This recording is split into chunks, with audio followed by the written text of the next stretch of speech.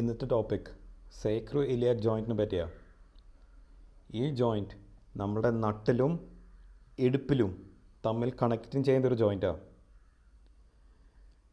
ഈ ജോയിൻറ്റിന് 3 പ്രത്യേകതകളുണ്ട്. 1, ഇത് അനങ്ങാത്തൊരു ജോയിൻറ്റാണ്. 2, നമ്മളുടെ ബോഡിയിലെ ഏറ്റവും സ്ട്രോങ്ങസ്റ്റ് മസിൽസ് അതിലും ചുറ്റുണ്ട്.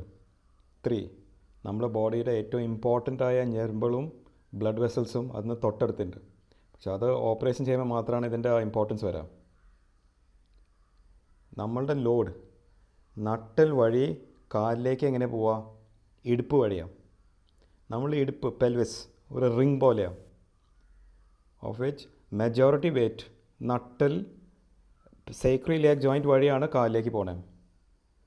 So SI joint sacroiliac ജോയിൻറ്റിൽ ഡിസ്ഫങ്ഷൻ അല്ലെങ്കിൽ ഡിസോർഡർ വന്നാൽ നടക്കാനും നിൽക്കാനും ബുദ്ധിമുട്ട് വരാൻ സാധ്യതയുണ്ട്.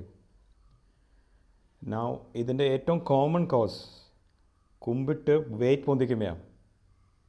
പല കാരണങ്ങളുണ്ട്. ഫോർ എക്സാമ്പിൾ ഇപ്പോൾ വാദം വന്നാൽ ഇത് ഇഫക്റ്റഡ് ആവും. പക്ഷേ ഏറ്റവും കോമൺ കോസ് അതാണ്. കാരണം ജിം അടിക്കുന്ന ആൾക്കാർക്ക് വരുന്നൊരു ഇഞ്ചുറിയാണ്. ഇതിൻ്റെ ഡയഗ്നോസിസ് പരിശോധിച്ചിട്ടാണ് കിട്ടുക. നമ്മൾ എക്സ്റേ നോക്കിയാൽ നമുക്ക് മനസ്സിലാവില്ല. അത് എക്സാമിൻ ചെയ്യണം. ഞാൻ പരിശോധിച്ചാണ് നമുക്ക് മനസ്സിലാക്കാൻ പറ്റുക. ഒന്നുകിൽ നട്ടിലെ പ്രശ്നവും അല്ലെങ്കിൽ സേക്രോ ഇലിയാക് ജോയിൻറ്റിൻ്റെ പ്രശ്നവും.